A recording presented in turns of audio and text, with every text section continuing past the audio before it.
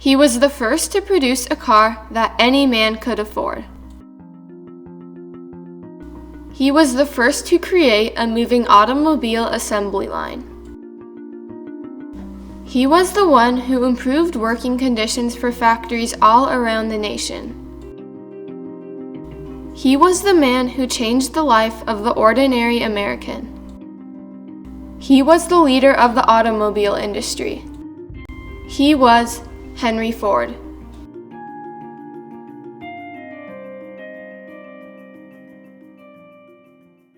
Henry Ford was born on July 30th, 1863, in Dearborn, Michigan. Henry grew up on his father's farm, but early on, he knew that this was not the life he wanted. His early interest in engineering was sparked on a vacation to Detroit, where he saw a steam engine. Afterward, all he could focus on was his vast interest in machinery. Ford married Clara Bryant in 1888, and soon after he furthered his knowledge in engineering at the Edison Illuminating Company. After successfully building his first gasoline engine, he was ready to begin building a horseless carriage. He named it the quadricycle. The quadricycle was a simple car, with some of the parts made out of a bicycle. With 2 speeds, it was the best car of the time. After testing it out on the cold streets of Detroit on June 4th, 1896, Ford set his sights on improving the quadricycle. He had a specific vision for the cars he wanted to create, with sturdy iron frames that at the same time would be reliable and uncomplicated. After Ford quit the Edison Illuminating Company, he established the Ford Motor Company. Its first model, the Model A, was a huge success, gaining the company popularity. However, the impact this car made was minuscule compared to a later Ford model, a model that changed the lives of the ordinary American. At the time, only the rich upper class could afford a car, so most traveled by unreliable wagons and on horse. Ford wanted to build a car that was affordable, sturdy, simple, lightweight, and reliable, everyone's ideal car. This dream car came out in 1908, and it was called the Model T. With Ford's Model T, everyone could afford a car, and a good one at that, especially because of its low price. Even the workers at Ford's factories could afford the cars they were building. Henry Ford wanted the average American customer to buy a Model T and go out and explore the country that he had come to love. Advertisements for the Model T appeared in magazines, newspapers, and journals. The word was spreading of the car that anyone could have, and more people wanted to buy one. The Model T at first sold for $850, and over the first 12 months of sales, over 10,000 were sold. Because of this, Ford Motor Company became the leader of the automobile industry. It became so popular from the single model that double the employees were needed, as well as a larger factory. The company was manufacturing 35,000 cars annually. At the time, automobile manufacturing required excessive manual labor, making the process slow and ineffective.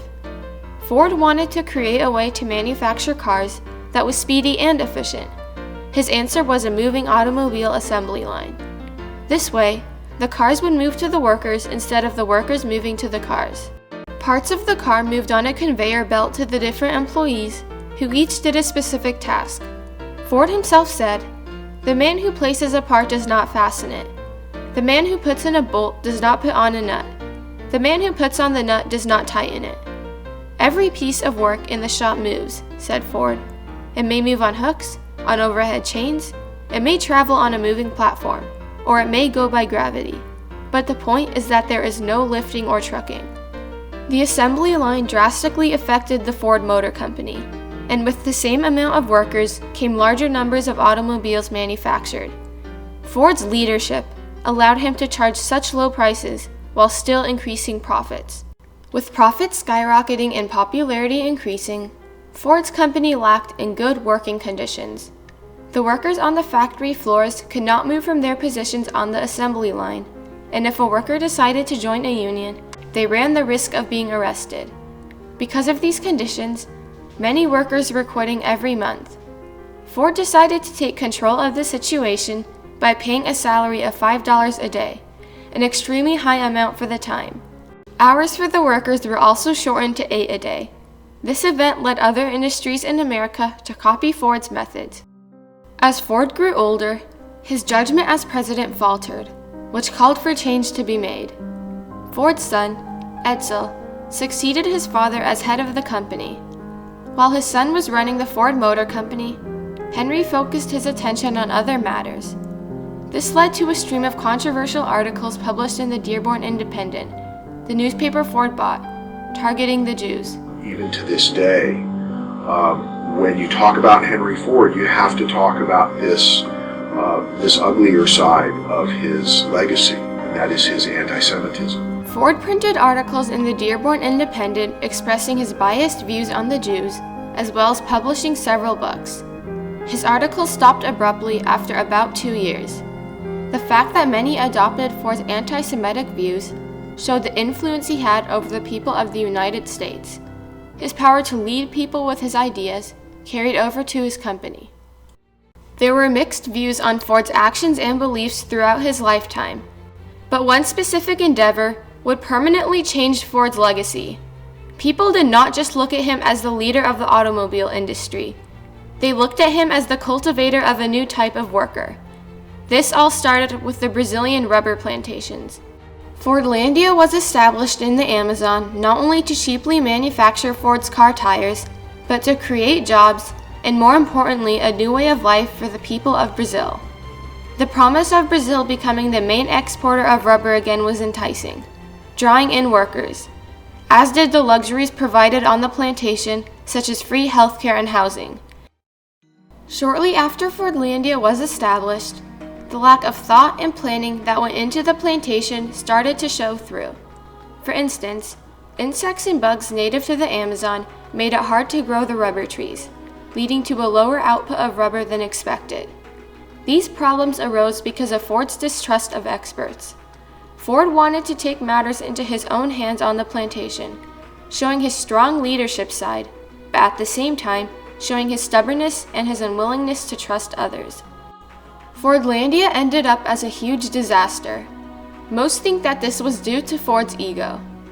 Ford knew the project was failing, but defended his actions by explaining that the project wasn't really for rubber production. It was to create a new type of worker in civilization, a social experiment.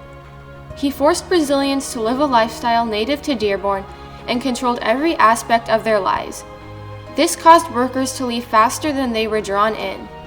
By striving to create a jungle utopia, Ford altered his legacy. I think Henry Ford was trying to apply, or perhaps was trying to apply his ideas about mass production to mass producing communities, and it really just didn't fit. Cultivating a new type of worker came at a high price. The fall of Fordlandia, left in ruins in the Amazon, consumed by the jungle. Time went on, and Henry Ford grew older. On a rainy night in April, Ford went to bed with a sore throat and a migraine. Later that night, Henry Ford died peacefully in his sleep on April 7, 1947, at the age of 83. But the legacy he had left behind would greatly affect the lives of the people of the United States for future generations to come. Though some events throughout Ford's life may have tarnished the way America viewed him, his legacy spoke for itself.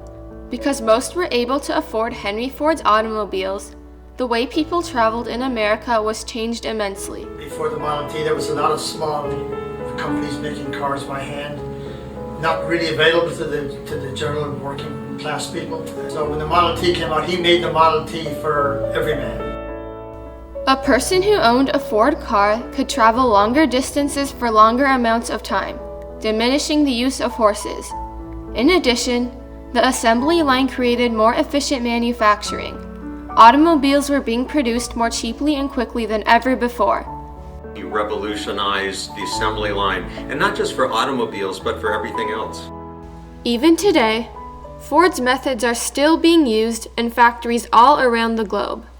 By the manufacturing of automobiles being much more efficient under the assembly line, Henry Ford was the first to produce cars that the middle class could afford, forever changing the lives of the people of America for future generations to come.